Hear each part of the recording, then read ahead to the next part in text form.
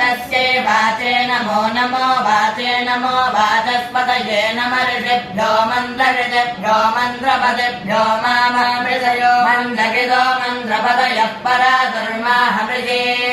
मन्त्रकृतो मन्त्रपदे परादां वैश्वदेवीर्माजमुद्यारकम्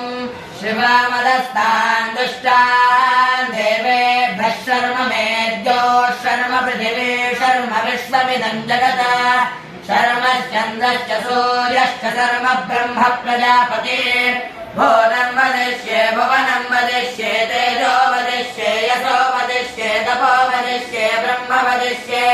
सत्यम् वदिष्ये तस्मा अहमिदमुपस्तरणमुपस्तृण उपस्तरणम् मे प्रजायै पशूनाम् भोजादुपस्तरणमहम् प्रजायै पशूनाम् भोजादम् प्राणापानो मृत्योर्मापादम् प्राणापानो मामाहादिष्टम् मधुमनिष्ये मधुजनिष्ये मधुवक्ष्यामि मधुपदिष्यामि मधुमदे देवे